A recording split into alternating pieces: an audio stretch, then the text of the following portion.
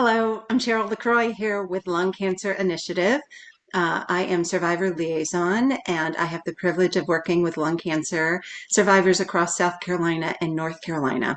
And on our website, we love to feature stories of hope. I've had survivors tell me that they found Lung Cancer Initiative and read the stories of hope from front to end, and were so inspired by the end of hearing these stories. So thank you, JJ. I want to welcome you and thank you for sharing your story and giving others hope, awareness, and just sharing your passion for advocacy. I've heard your story now 2 times, and I am inspired by you every time I hear it. So welcome. Thank you for being willing to share. Thank you, Cheryl. Uh, I am from Columbia, South Carolina, but I grew up all over the Carolinas. I grew up my childhood spent in North Carolina and in South Carolina.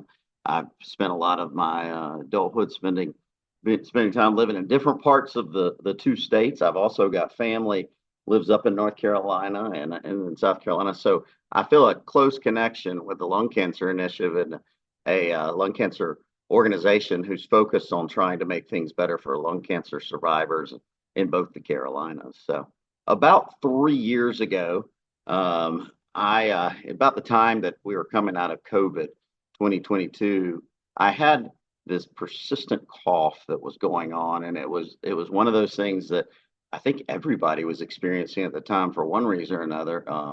Started about January and just kept coughing and coughing, and it never was any type of a situation where I had to go to the hospital or I was sick in any other way, just a persistent cough. So I went to the doctor, and for about the next 6 months, proceeded with seeing various doctors who tested me for everything from COVID to long COVID to allergies and sinuses. And I even got tested for mold mildew. And at one point, I took a test for bat dung, something that comes from bat dung that affects your lungs, because they just couldn't figure out what it was. They had asked me a bunch of questions up front and said, "Are you a smoker?" And I said no. And the history of smoking, I said no. And they they said, "Well, it looks like, I guess it's just some kind of bronchial situation going on." And after a few months, they finally decided they would do some full scans on what was going on inside of my lungs and the rest of my body. And that's when they discovered that I had a number of masses. I had one large mass in my left lung that had extended into my chest cavity. And I had what looked like bone lesions on my spinal cord and on my front and back rib cage. So they conducted a biopsy, and when they did that biopsy, they determined that I had lung cancer. And because of the progression, they decided to say that it's stage 4 lung cancer. And of course, the way that it was told to me was an experience in and of itself. I remember that day in a way that I'll never forget. I don't think anyone who's ever been diagnosed with cancer ever forgets that day. And my wife and I and our 8-month-old daughter were sitting in a room. The doctor came in, and the doctor really didn't have the best poker face, I'd say. So as soon as he walked in, he saw my daughter, my wife hold my daughter, and says, "Is she yours?" And I said, "Yes, sir." And he just said, so right away I knew it wasn't good. So without even asking, I said, "How long?" And the doctor said, typically those with lung cancer can go on treatment and anywhere from 6 to 16 months. And so this was a shock. After my wife and I were getting through the tears and the moments and the shock and everything else and dealing with that, we decided, we said, "You know what, this is important enough. We need a second opinion." And so we decided to go down to another hospital and get a second opinion on what was going on with my lungs and with the cancer. And when I did that, the doctor that I went to on my second opinion actually told me about biomarker testing and said, "Did you get a biomarker test?" And I said, "What's a biomarker test?" And she explained to me that biomarker tests are used. It's a simple test. They take your blood They submit it to a lab, and the lab looks at the cancer cells, the dead cancer cells and live cancer cells, if they're still alive in your blood system, and they can determine if those cells are indicative of a particular gene mutation. And if so, then there are specific treatments for those types of cancers. So instead of having to go the traditional route of chemo, radiation that a lot of people with lung cancer have to go through, that is very tough on the body, as you know, instead, you can go a different route. And fortunately, the test came back and it said, in fact, that was me. I had ALK positive.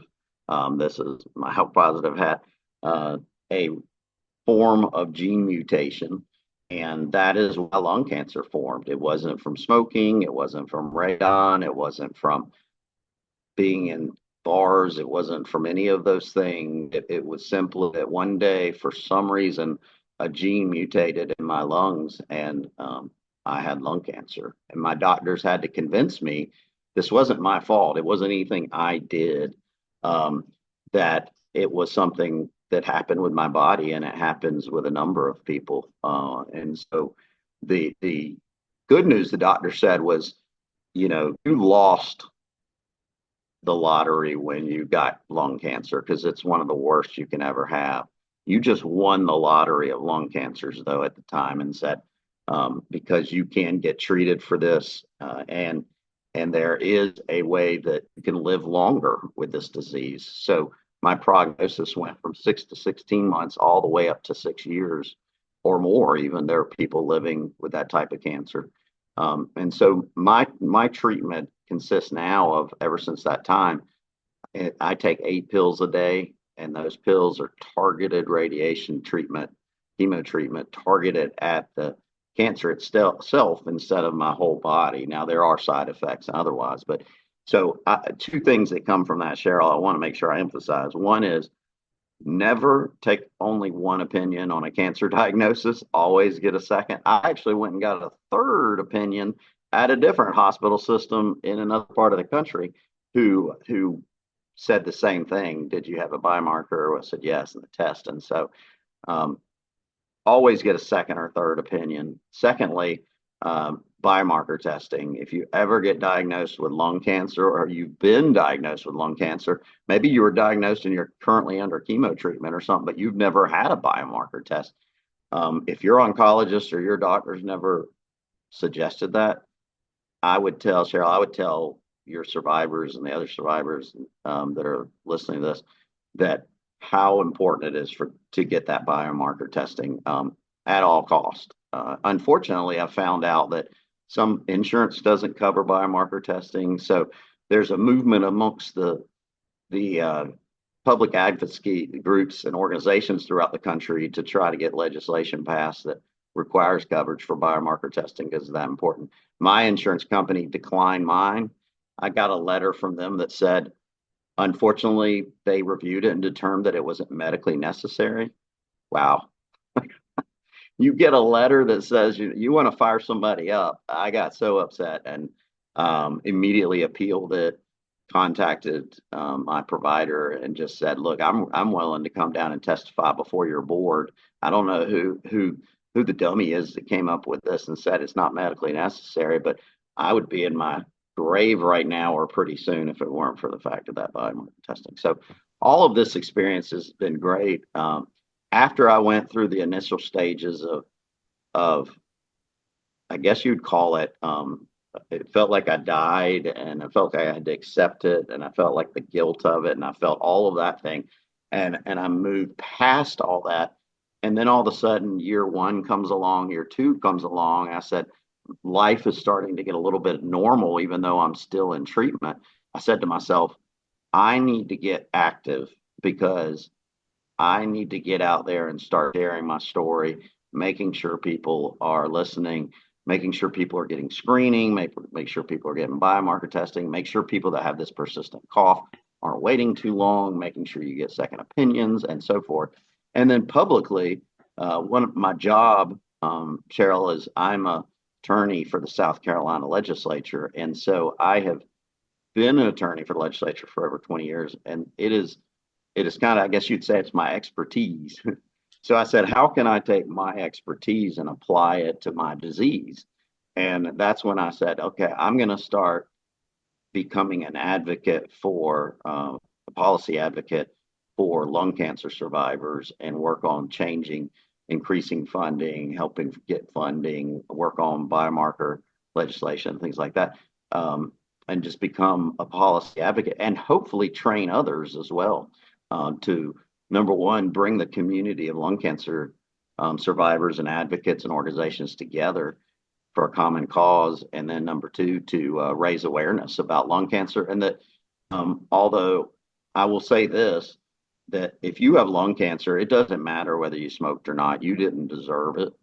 And you deserve the same amount of love and treatment, and you deserve everything that you should get as a lung cancer survivor. We shouldn't be treating anyone with some kind of stigma because they smoked or whatever. So, but I do want to say that I try to go out there and point out to a lot of folks that I have cancer, even if I don't look like I have cancer. I got cancer even if I didn't smoke. So I think it's important to put that message out there and to raise awareness in general. So that's a little JJ, that's a I have lot, a Cheryl. I, I have a question for you, though. I'm super curious. If your first diagnosis without the biomarker test, was Sure. there a standard of care? Did they suggest that you do treatment right away without doing the biomarker? If you had stayed with that physician, that would have been a very different outcome, Yeah, perhaps. so I'm not a doctor, obviously, so I didn't know what the standard of care was at the time. I found that out as I educated myself later on. But typically, when you're diagnosed with stage 4 lung cancer, the standard of care, as I understand it, is that they will start you on chemotherapy and radiation. They will try to radiate areas and they will put you on chemo. Sometimes they don't even do the radiation, they just do chemo because, as they say, if it's broken out and it's all over your body, there might not be a reason to radiate those areas because it's spread throughout your body. So the standard of care might just be traditional chemo. It could even be that they do surgery and remove portions of your lungs, and that could be those procedures. And so without the biomarker testing, I'm highly likely would have proceeded with those types of procedures, which would have, dramatically changed my outcome, my survivability, and the quality of life that I would live from there on out.